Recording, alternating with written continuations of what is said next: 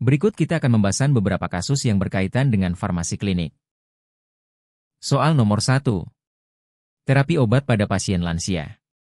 Seorang pasien laki-laki berusia 75 tahun datang ke apotek dengan resep yang mencantumkan obat antihipertensi losartan 50 mg setiap hari. Pasien juga memiliki riwayat diabetes mellitus tipe 2 dan hipertensi. Setelah memeriksa rekam medis, Anda mengetahui bahwa pasien memiliki riwayat gangguan fungsi ginjal dengan nilai GFR, glomerular filtration rate, 45 ml per min. Berdasarkan kondisi pasien, apakah dosis losartan yang diberikan sudah tepat? A. Ya. Dosis 50 mg setiap hari sudah sesuai karena losartan adalah obat yang aman untuk pasien lansia. B. Tidak. Dosis losartan perlu diturunkan, karena pasien memiliki gangguan fungsi ginjal. C. Tidak. Obat antihipertensi lain seperti amlodipine lebih cocok untuk pasien dengan gangguan ginjal. D. Ya. Losartan dapat diberikan dengan dosis penuh, tanpa perlu penyesuaian dosis pada pasien dengan gangguan ginjal.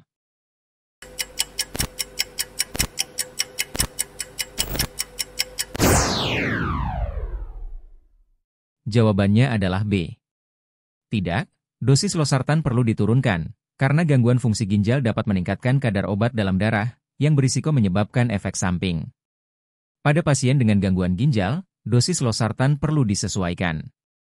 Pada pasien lansia atau pasien dengan gangguan fungsi ginjal, obat yang dimetabolisme melalui ginjal, seperti losartan, memerlukan penyesuaian dosis.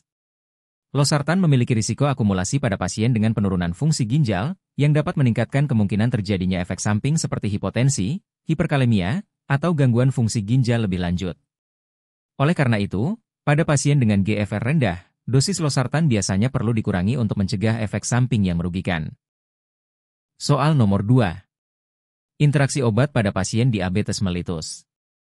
Seorang pasien diabetes mellitus tipe 2 yang sedang dirawat di rumah sakit diberi resep metformin 500 mg 2 kali sehari dan glimepirid 2 mg sehari.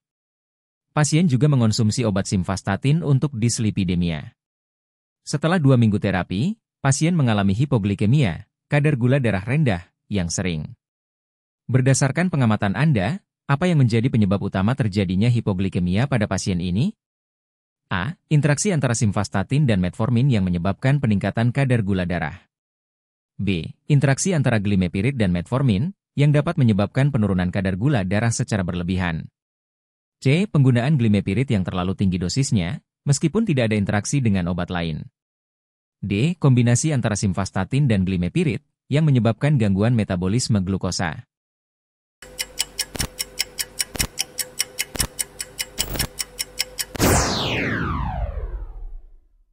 Jawabannya adalah B.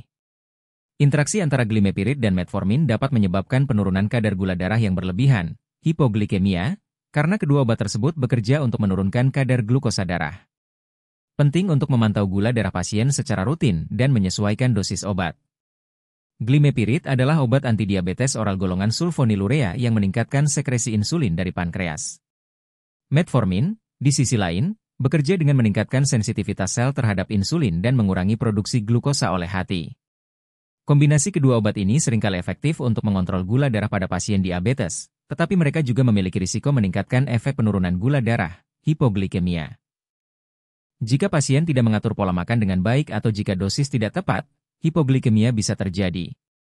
Oleh karena itu, penting untuk memonitor kadar gula darah dan memperhatikan tanda-tanda hipoglikemia. Soal nomor 3.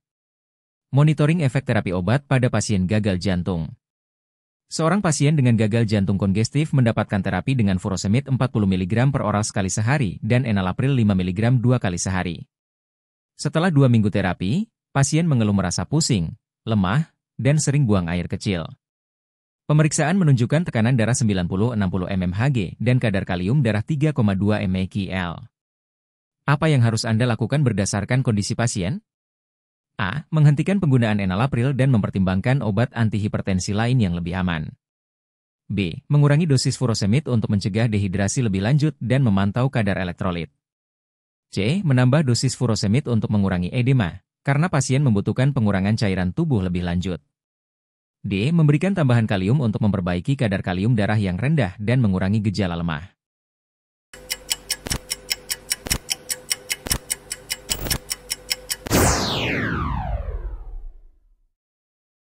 Jawabannya adalah B.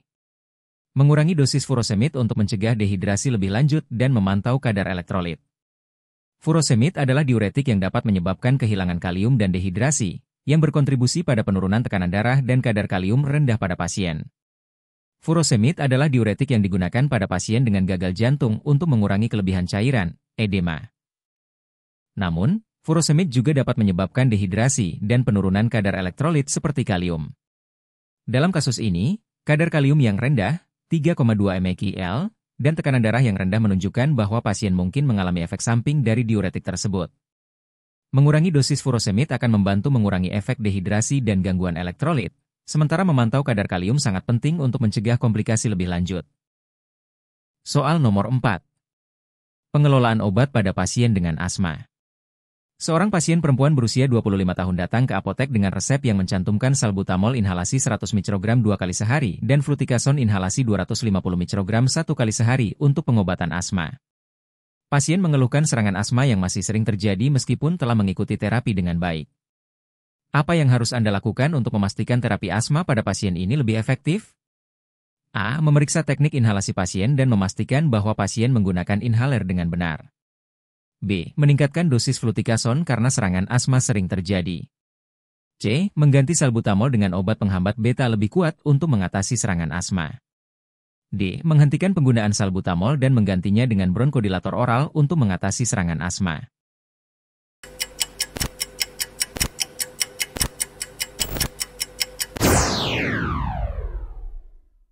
Jawabannya adalah A. Memeriksa teknik inhalasi pasien dan memastikan bahwa pasien menggunakan inhaler dengan benar. Salah satu penyebab terapi asma tidak efektif adalah penggunaan inhaler yang tidak tepat, yang mengurangi jumlah obat yang sampai ke paru-paru. Meskipun salbutamol, bronkodilator, dan fluticasone, steroid inhalasi, adalah obat yang sering digunakan untuk mengontrol asma, seringkali masalah terletak pada teknik penggunaan inhaler yang salah. Penggunaan inhaler yang tidak tepat dapat menyebabkan kurangnya distribusi obat ke paru-paru, mengurangi efektivitas terapi. Oleh karena itu, penting untuk mengedukasi pasien tentang cara menggunakan inhaler dengan benar. Jika pasien tidak mendapat manfaat dari terapi, periksa terlebih dahulu apakah teknik inhalasi sudah benar sebelum mempertimbangkan penyesuaian dosis. Soal nomor 5. Terapi obat pada pasien dengan infeksi nosokomial. Pasien pria berusia 45 tahun dirawat di rumah sakit karena pneumonia nosokomial yang disebabkan oleh Pseudomonas aeruginosa. Setelah dilakukan pemeriksaan sensitivitas antibiotik, mikroorganisme tersebut sensitif terhadap piperacillin atau tazobactam dan meropenem. Pasien juga mengalami gagal ginjal ringan dengan nilai GFR 50 ml Gmin. Obat antibiotik mana yang sebaiknya dipilih untuk terapi pertama pada pasien ini? A. Piperacillin atau tazobactam 4,5 gram IV setiap 8 jam, dengan dosis disesuaikan berdasarkan fungsi ginjal. B. Meropenem 1 gram IV setiap 8 jam, dengan dosis disesuaikan berdasarkan fungsi ginjal. C. Ceftriaxone 1 gram IV setiap 24 jam karena lebih aman pada pasien dengan gangguan ginjal. D. Azithromycin 500 mg IV setiap hari, karena lebih efektif pada infeksi Pseudomonas.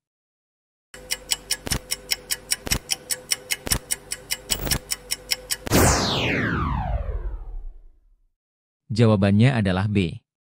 Meropenem 1 gram IV setiap 8 jam, dengan dosis disesuaikan berdasarkan fungsi ginjal. Meropenem adalah pilihan antibiotik yang lebih tepat untuk infeksi nosokomial oleh Pseudomonas aeruginosa, dan dosisnya harus disesuaikan dengan fungsi ginjal pasien untuk mencegah toksisitas obat. Pseudomonas aeruginosa adalah patogen yang sering menyebabkan infeksi nosokomial dan memerlukan terapi antibiotik yang efektif. Meropenem adalah antibiotik golongan karbapenem yang memiliki spektrum luas dan efektif terhadap Pseudomonas aeruginosa. Pada pasien dengan gangguan fungsi ginjal, dosis meropenem perlu disesuaikan untuk mencegah akumulasi obat yang dapat menyebabkan toksisitas. Piperacillin tazobactam juga efektif, tetapi meropenem lebih sering dipilih sebagai terapi lini pertama untuk infeksi berat, terutama yang disebabkan oleh bakteri resisten. Selain itu, pada pasien dengan gangguan ginjal, dosis kedua obat tersebut harus disesuaikan. Soal nomor 6. Penyuluhan obat untuk pasien hipertensi. Seorang pasien berusia 60 tahun didiagnosis dengan hipertensi dan diberikan resep amlodipine 5 mg per oral sekali sehari. Pasien mengeluhkan sering merasa pusing setelah memulai terapi. Apa yang harus Anda sampaikan kepada pasien terkait efek samping ini? A. Efek pusing adalah efek samping yang normal dan akan hilang setelah beberapa hari penggunaan obat. B. Cobalah mengurangi dosis amlodipine dan periksa tekanan darah Anda setiap hari. C. Jika pusing berlanjut, segera hubungi dokter Anda, karena dosis obat mungkin perlu disesuaikan. D. Berhentilah mengonsumsi obat ini dan ganti dengan obat hipertensi lain yang lebih aman.